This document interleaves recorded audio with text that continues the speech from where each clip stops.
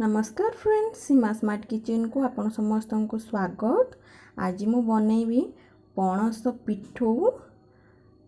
यह सहित मुझे आपण मान सहित शेयर करी पणस कठा काटिबार बेस्ट टिप्स जेमिति आपण हाथ में अठा लगनी एवं आपण बहुत सहजरे पणस कठा काटि पारिबे। वीडियो आरंभ करने पूर्व जदि आपण मैंने फास्ट टाइम मो चैनल को आसी काइंडली चैनल को सब्सक्राइब करदेवे। वीडियोटी जदि आपण मानक भल लगे काइंडली वीडियो गोटे लाइक करदेवे एवं आपण फ्रेंड मान सहित शेयर करने। वीडियो को शेष जाए देखा अनुरोध। पणस को काटियापाई मुझे पनिक यूज करी। आपण चाहिए छुरी में काटी पारे कि पनिक बहुत सहजरे काटी थाए। प्रथम मो हाथ में तेल लगे नहीं, हाथ में लगे सहित पनिक दार में तेल लगे नहीं। तापरे मु पणस को दी फाड़ कर काटी नहीं। यापर आम छोट छोट पीस करदे, बेसी छोट करें कहीं आमको चोपा चांचीबार अच्छी।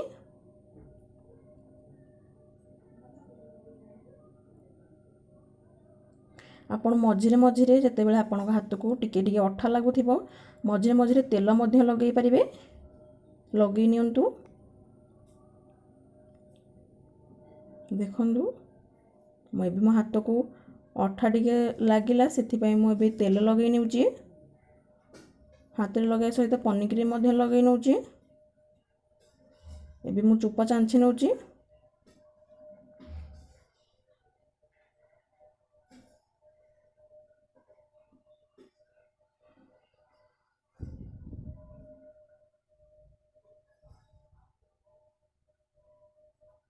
एटा खाइबा पई जेतिकी टेस्टी बनाया मध्य बहुत सहज, बस काटिबा टिके डिफिकल्ट।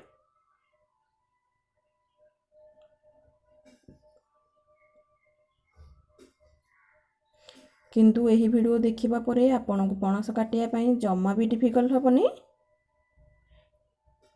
देखंदु मु एटी चोपा भल्ल भाबरे चांची नेची। एबे पिठू बनाया पई मु शेप दे दोची पणस को।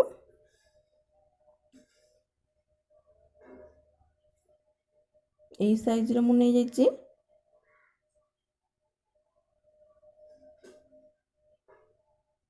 बेसी पतला करनी कि बेसी मोटा करनी मुझे सब पणस को काटिकी नहीं जाइली।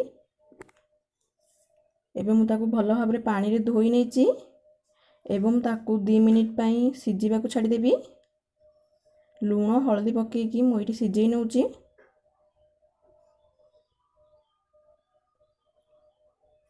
देखंतु सेही समय भितरे आमे पिठो बनै नबा।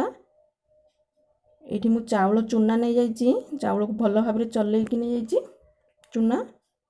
यहाँ पर हलदी नहीं जाउची। एठी लंका गुंड यूज करची।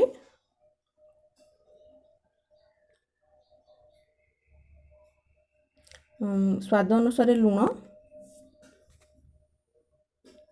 धनिया पाउडर एवं एठी मु अदा, सुखिला लंका, रसुण एवं जीरा को भल भाबे पेस्ट करके नहीं जाइची। एटा को मध्य एथिरे ऐड करनबा। एबे अल्प अल्प पानी देकी ताको भल भाबरे मिसई नबा।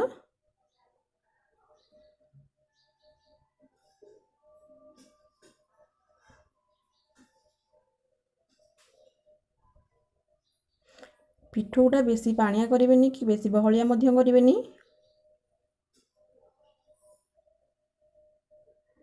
देखंतु एतिकी रे ही रखिबे। एठी हमर पिठो रेडी हो जाइची।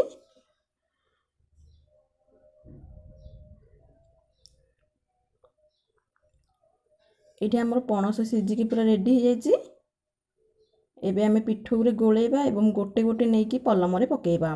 प्रथमे पलम ताती जाइतला एवं तेल मध्य पकई नेथिली। एठी मु सोरिष तेल यूज करची, आपण चाहिले रिफाइन तेल मध्य यूज करि पारंदी। किंतु सोरिष तेल रे टेस्ट बहुत भल आसे। चेष्टा करिवे सोरिष तेल यूज करिया पई। एठी सब पिठो को मु पकई नेउची।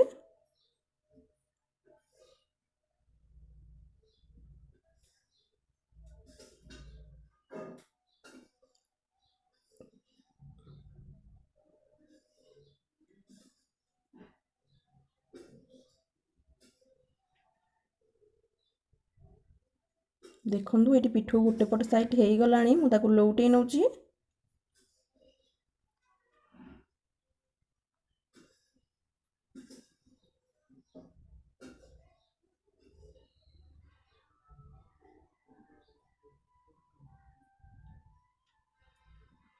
एवं आपको आउ 2 मिनिट कुक करिया पई छाडी देबी।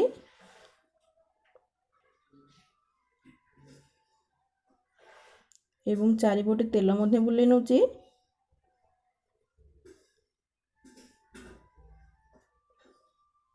देखंतु पिठो हमर एठी पूरा रेडी हो जाईची। एबे आमे ताको एक पात्र को काढी नबा।